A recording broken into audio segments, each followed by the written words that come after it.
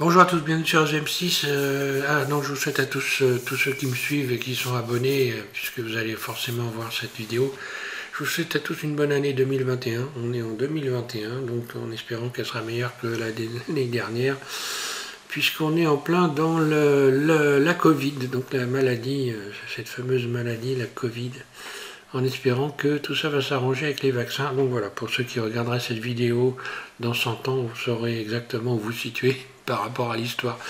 Donc je plaisante, mais bon alors, donc cette question qui m'a été posée par Nano, donc 01200, je me rappelle plus ton prénom, donc je vais t'appeler Nano, hein.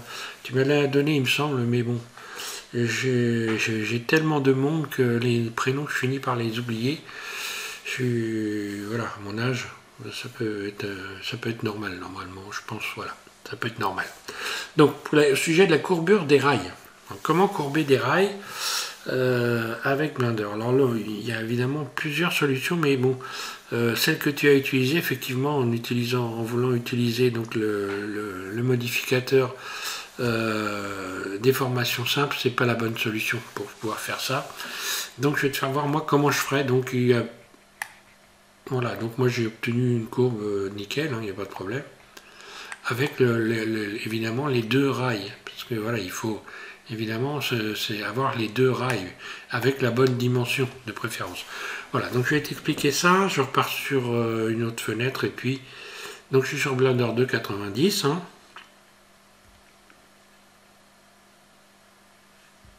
Voilà, donc je préfère repartir de zéro carrément.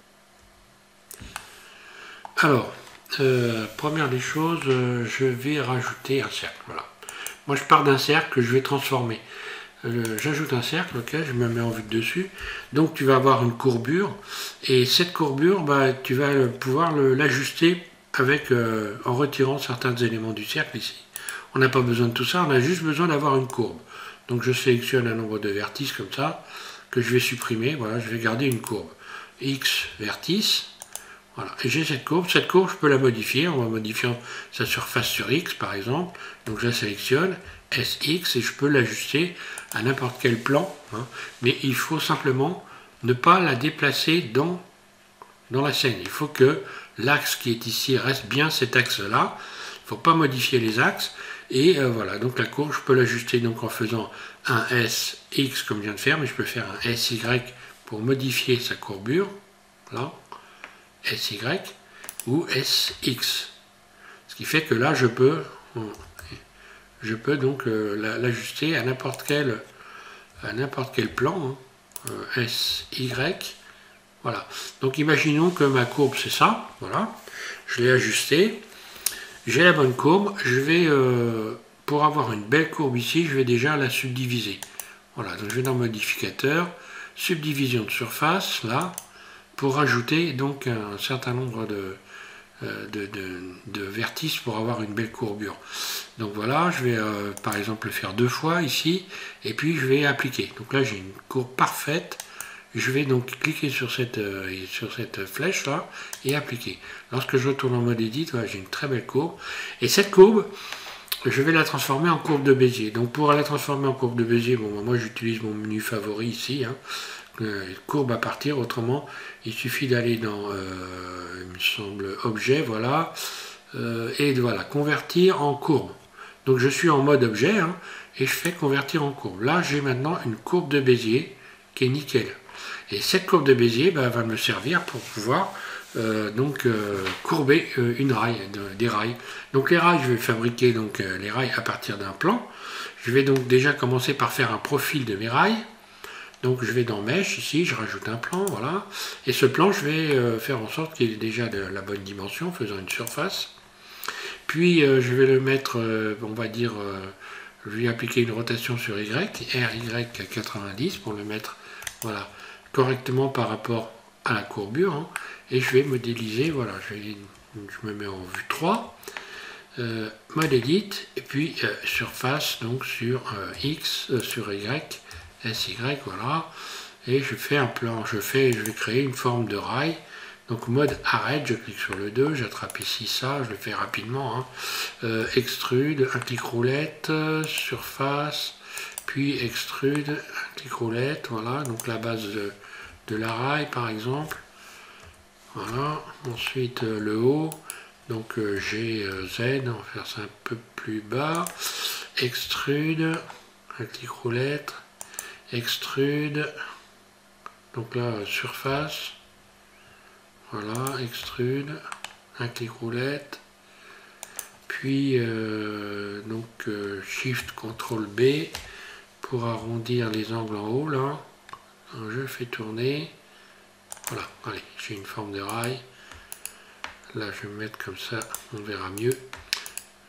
Surface sur Y, SY. Là, voilà, j'ai un profil de rail, donc là qui est beaucoup trop grand, surface. Voilà. Alors la chose la plus importante maintenant, ça va être de sélectionner notre courbe ici et de faire en sorte qu'elle soit donc validée dans le mode objet, que cette forme-là soit validée. Donc là, ça va plus être un cercle, mais ça va être une portion de cercle. Je fais un CTRL A et taille échelle, là. Maintenant, je n'ai plus un cercle, ce qui fait que ça ne va pas déformer mon objet ici. Je vais lui appliquer un modificateur, autrement ça l'aurait déformé. Je vais appliquer un modificateur courbe, ici, voilà. Et donc je sélectionne ici le cercle, là, voilà. Donc il vient se positionner bien ici, au bout de ma courbe de Bézier, ce qui fait que quand je vais me mettre en vue de dessus en mode Edit, et que je vais donc en mode Edit, voilà, je sélectionne tout, hein, mon profil A, voilà, vue de dessus, et extrude, là. Donc là, forcément, je vais l'extruder de manière à ce que ça corresponde avec la courbe, c'est-à-dire que la courbe, là, on voit qu'elle est la moitié de la courbe, ici, ça correspond à 2 gros carreaux, là. Donc voilà, je vais donc faire 4 carreaux, G, X, voilà.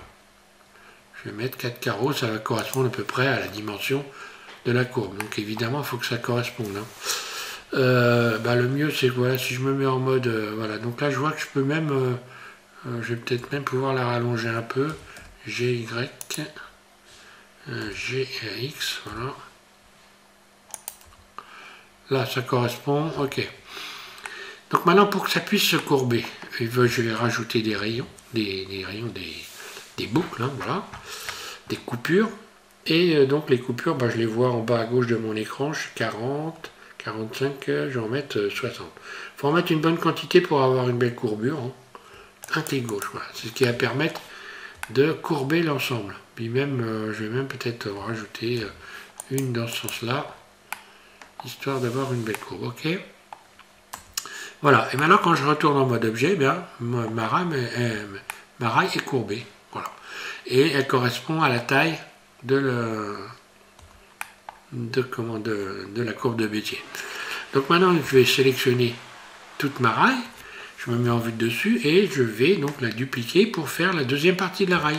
Shift D, G, Y, là, voilà.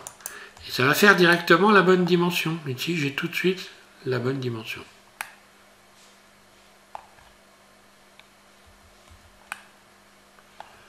Voilà. J'ai plus qu'à lisser,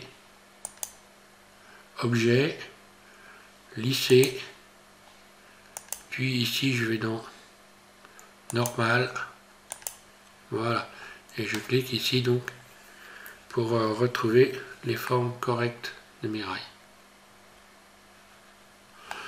Alors ce qu'il y a de bien, c'est que évidemment je peux toujours modifier l'écartement des rails, hein, en vue de dessus, en faisant un G, Y, et plus je vais m'en éloigner, évidemment plus cette partie-là va être raccourcie. Voilà, G, Y, voilà, je suis tout de suite à la bonne dimension. Voilà, à mon avis, c'est la meilleure façon de procéder pour faire les choses simples. Donc évitez de faire des coupures, vaut mieux faire toute ta courbe en une seule fois, puis ensuite éventuellement couper la rail pour faire, donc donner une impression qu'on a une coupure. Ceci dit, on fait ça si vraiment, quand on va faire une vidéo, on a besoin de faire un gros plan sur les rails, parce qu'après, on voit rien du tout. Quand on est de loin comme ça, pour des rails, hein, bon ben voilà, hein. c'est pas la peine de mettre du poids pour rien du tout, à mon avis. Hein. Bon, enfin bon, voilà, ça dépend ce que tu veux faire. Hein. Voilà donc pour cette explication, comment courber des rails de la manière qui me semble être la plus simple. Surtout, ce qu'il ne faut pas oublier, c'est bien de faire un CTRL-A sur la courbe de Bézier, ici. Je vais la sélectionner, ma courbe. Parce qu'autrement, le bout des rails ici ne sera pas bien positionné. Il va être en travers. Et on ne pourra pas utiliser l'outil cisailler pour redresser. Donc le truc, c'est vraiment, il faut faire attention à ça. Et puis quand on a fini, ben voilà, on sélectionne ces rails. Il suffit d'appliquer la courbe ici, voilà. Appliquer, voilà. Je n'ai plus qu'à supprimer ma courbe, qui doit traîner dans le coin ici. Donc je vais la sélectionner à partir d'ici, cercle. Voilà. Là. Et puis je vais la supprimer, voilà. Voilà pour les explications. Voilà, donc merci à tous de suivre SVM6, et puis donc on va prochainement continuer sur la modélisation donc, du robot. Hein.